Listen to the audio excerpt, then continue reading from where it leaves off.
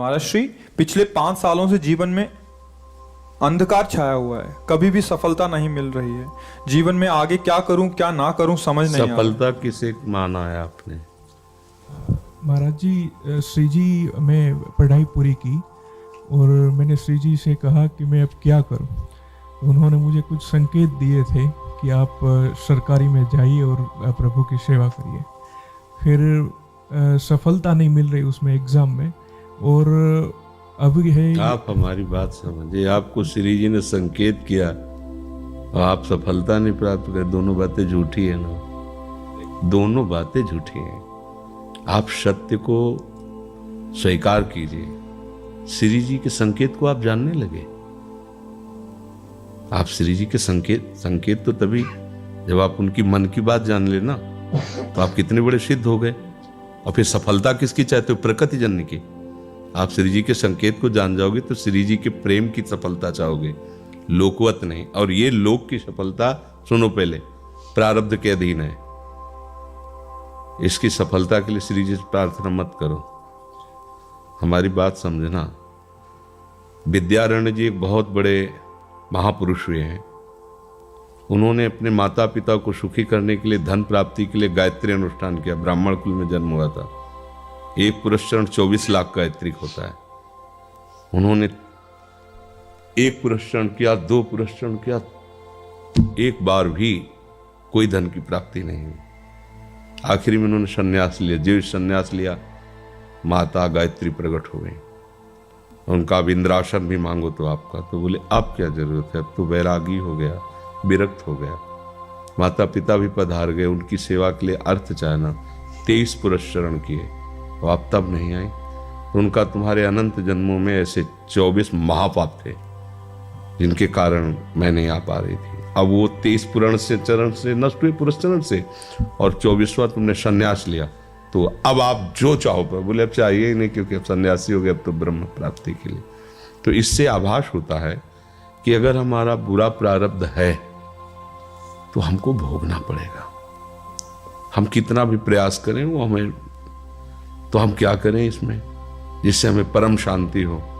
प्रभु के नाम का जप करते हुए उन पर दृष्टि लगाएं कि प्रारब्ध से हमारा भरण पोषण शरीर का भले, ये हमारा भरण पोषण आपसे होगा नाथ। तो वो एक ऐसे हैं जो आपके प्रारब्ध को भी मिटा देंगे। वो ऐसे शरणागत वत्सल हैं कि सब लिखा पढ़ी अलग कर देंगे। सुदामा जी को दरिद्रता का योग था। ऐसी दरिद्रता, कई कई दिन तक भिक्षा नहीं मिलती थी। ये जितने भी चरित्र हमारे लिए उदाहरण है। मांगने जाते थे तो मांगने से भी नहीं मिलता था, कई कई दिन। तो एक दिन उनकी पत्नी ने कहा कि हमारा आपका तो चरणामृत से भी गुजारा 2 दिन 3 दिन हो, 4 दिन हो, छोटे छोटे बच्चे तो मर जाएंगे ऐसे। कुछ तो उन्होंने कहा, श्री कृष्ण के सिवा हमारा कोई नहीं, अब हम क्या कर सकते हैं? प्रारब्ध जब बिगड़ता है ना, वो कोई सफलता नहीं होने देता। तो एक दिन श्री रुक्मिणी जी प्रसाद ठाकुर जी को भोग पा रही थी, वो ऐसे रोक दिए, उदास हो गए। तो उनका, प्रभु ऐसी स्थिति हमने जब जब आपकी देखी, तो किसी भक्त को जब कष्ट होता है तब आपको ऐसे देखा है। कौन सा भक्त है और क्या कष्ट है? तो का एक सुदामा नाम के हमारे मित्र हैं, कई दिन से भोजन भी उनको, प्रभु आपके मित्र और मैं आपकी दासी, महालक्ष्मी का अवतार रुक्मिणी, आप हुक्म कीजिए, लोक लोक की संपत्ति वहां। बोले उसको चाह नहीं है, हमारे मित्र को चाह नहीं है, और चाह ना होने पर हम विवश हैं। अगर वो चाह कर ले तो सारी व्यवस्था हो जाए। बोले पैदा करो जाके चाह। बोले उनके हृदय में तो नहीं पैदा कर सकते, हम भी, क्योंकि जिस हृदय में भगवान का आश्रय और निरंतर चिंतन है वहां माया की चाह नहीं होती। बोले उनकी पत्नी के हृदय में, बोले प्रयास करते हैं जाके। भगवान संत वेश में गए, भिक्षाम दे निकली। अतिथि का सत्कार करना गृहस्थ का धर्म होता है। हाथ जोड़ा और कहा, हम असमर्थ हैं, आपको भिक्षा नहीं दे सकते। क्यों? बोले हम अपवित्र हैं, हमारे ऊपर सूतक लगा हुआ है। किस बात का सूतक? हमने एक पुत्र जन्मा है, तो ठीक है हम 10-12 दिन बाद आ जाएंगे। बोले नहीं, आजीवन अपवित्र रहेंगे। वैसा कौन सा? बोले दरिद्रता रूपी। विद्वान की पत्नी है तो ऐसे उनका दरिद्रता रूपी पुत्र का जन्म, अर्थात सीधे कि मैं नहीं दे सकती या देने योग्य नहीं, ऐसा न कहीं उनका मैं अपवित्र हूं। तो दरिद्र कैसे हो सकती हो? जिनके पति के मित्र द्वारिकाधीश भगवान श्री कृष्ण है, वो दरिद्र कैसे हो सकता है? एक बार कहो ना अपने पति से। चले गए। जो सुदामा जी आए तो उन्होंने कहा कि देखो आज एक अतिथि आए थे, उनको मैं कुछ नहीं दे पाए, मुझे बहुत कष्ट है कि मेरे पुत्र और आए हुए अतिथि का भी हम स्वागत नहीं कर सकते, उनका भरण आपके मित्र द्वारिकाधीश प्रभु श्री कृष्ण। सुदामा जी ने कहा, बोले चले जाओ ना, वो कुछ न कुछ सहयोग कर देंगे। तो बोले हम ऐसे मित्र नहीं बनाए कि वो हमारा सहयोग करे, कभी नहीं, मर जाऊंगा, पर उनसे ये नहीं कहूंगा कि आप हमारा। बोले मत कहना, दर्शन के लिए तो चले जाओ, वो सुना है इतने उदार हैं कि वो जाने पर ही दे देंगे। स्वामी ने कहा दर्शन के लिए तो जा सकते हैं, बहुत दिन हो गए, ठीक है, पर मित्र के पास जाए तो कुछ लेके जाना चाहिए, मेरे पास तो कुछ नहीं। पड़ोस में जैसे किसी से मांगने गई तो अरे समय जब बिगड़ता कोई नहीं होता साहब। एक ने थोड़ी उदारता दिखाई तो चावल पछोरने पर जो आगे कणका होते चावल के, तो प्राय वो लिए सुदामा ने कहा हमारे प्रभु भाव के भूखे कुछ ले जाएंगे, खाली हाथ तो नहीं है। पोट्री में सारांश में बता रहे, द्वारपालों ने देखा कि हड्डी हड्डी शरीर में कई जगह से फटे वस्त्र, बेवाएं फटी हुई, तो दिखाई दे रहा था दरिद्रता की मूर्ति है। तो उनका किससे मिलना है तुमको? तो उनका श्री कृष्ण से। बोले संभाल के बोलो, क्योंकि पार्षद है, अनंत कोट ब्रह्मांडों के नायक प्रभु के ऐसे बोले कोई श्री कृष्ण वैसे गली आए, उनका जाके तो तुम बोलो ना, श्री कृष्ण से जाके कह दो कि एक सुदामा नाम के ब्राह्मण आए हैं। पार्षद ने, वो प्रभु बड़ा अजीब आदमी है, आपका नाम बिना किसी सभ्यता के ले रहा है। वो कह रहा श्री कृष्ण से कह सुदामा, कूद पड़े, भगवान दौड़े।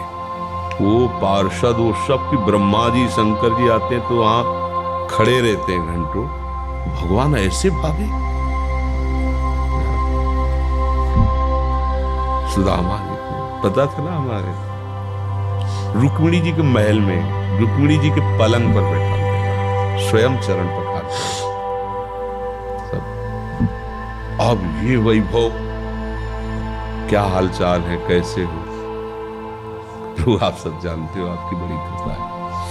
तो ब्याह हो गया, हाँ ब्याह भी हो गए, बच्चे भी। हमारे पास आए तो कुछ तो लाए ही होगे, और सड़े से कपड़े में चावल, ऐसी बड़ी बड़ी वैभव, महारानियां सब भगवान का। चुप ऐसे बोले, देखो फिर चुप कर रहे हो, हमारे हिस्से की चोरी पहले की थी और फिर चुप कर रहे हो। और हिम्मत नहीं पड़ रही थी, इतने महामहिम प्रभु को कैसे हो तंदुर। भगवान ने ऐसे छीला, ओह आज तक मुझे ऐसा स्वाद नहीं मिला। भगवान बड़ाई कर रहे, देखो रुक्मिणी जी की आंखों में आंसू आ गया उधर से। भगवान पकड़ लिया हाथ, बस प्रभु हम आपके सिवा नहीं रह सकती। हो भगवान तो सुदामा जी का स्वागत सम्मान, अच्छे कपड़े पहनाए। जब चलने लगे ना तो भगवान की तरफ वो देखते, मतलब कामना नहीं, पर कि देखा पत्नी कह रही थी जाओगे कुछ न कुछ, चले प्रभु, हाँ घर से चले, हाथ भी खाली। प्रभु ने कहा देखो ये कपड़े जो है ना महंगे हैं, रास्ते में तुम्हें चोर बदमाश तुम अपनी पोशाक पहने, इनको उतार दो। बोले बड़ी कृपा, कपड़े भी उतार लिए और रास्ते में सोचे जा देखो निगेटिवली सोच रहे, मेरे श्री कृष्ण मुझे कितना प्यार करते हैं। उन्होंने इसीलिए नहीं दिया कि ये दरिद्र कहीं संपत्ति पाकर मतवाला होकर मुझे भूल न जाए, मुझे कितना प्यार करते हैं। प्रभु के प्यार में मगन होकर सुदामापुरी खड़ी जैसे द्वारिका। तो उनको भ्रम हुआ कि मुझे लगता है चलते चलते मैं पुनः द्वारिका आ गया। तो वहां पूछ रहे हैं कि ये किसका है। भगवान के पास विधाता है, उनका प्रभु ये तो गलत हो गया, इनके भाग्य में हमने लिखा था क्षय श्री, ऐश्वर्य का नाश, जीवन में नहीं ऐश्वर्य, क्षय श्री। भगवान ने उसका उल्टा कर दिया यक्ष श्री। जैसे कुबेर का अथाह धन का खजाना, त्रिभुवन का खजाना वही है कुबेर के पास, जैसे कुबेर का खजाना यक्ष श्री। तो कहा प्रभु, तो उनका इन्होंने एक पुण्य किया है, अनंत ब्रह्मांडों के समस्त जीवों को तृप्त कर दिया है। प्रभु खुद को खाने को नहीं तृप्त, बोले मेरे रोम रोम में करोड़ करोड़ ब्रह्मांड वास करते हैं, इनके तंदुलों से मैं तृप्त हो गया, अनंत ब्रह्मांडों का भंडारा हो गया। उसका जो पुण्य होता है लिख लो इनके भाग्य में। अब किसी की चलेगी प्रभु के आगे? तो एकमात्र प्रारब्ध को मिटाने वाले भगवान है, कर तुम अकर तुम अन्यथा कर तुम। आप भगवान की शरण होकर उनका नाम जप कीजिए और उनसे प्रार्थना कीजिए कि आपको उचित लगे तो समस्या का समाधान कर दीजिए, नहीं तो मुझे समस्या से लड़ने का बल और विवेक दीजिए, बात बन जाएगी।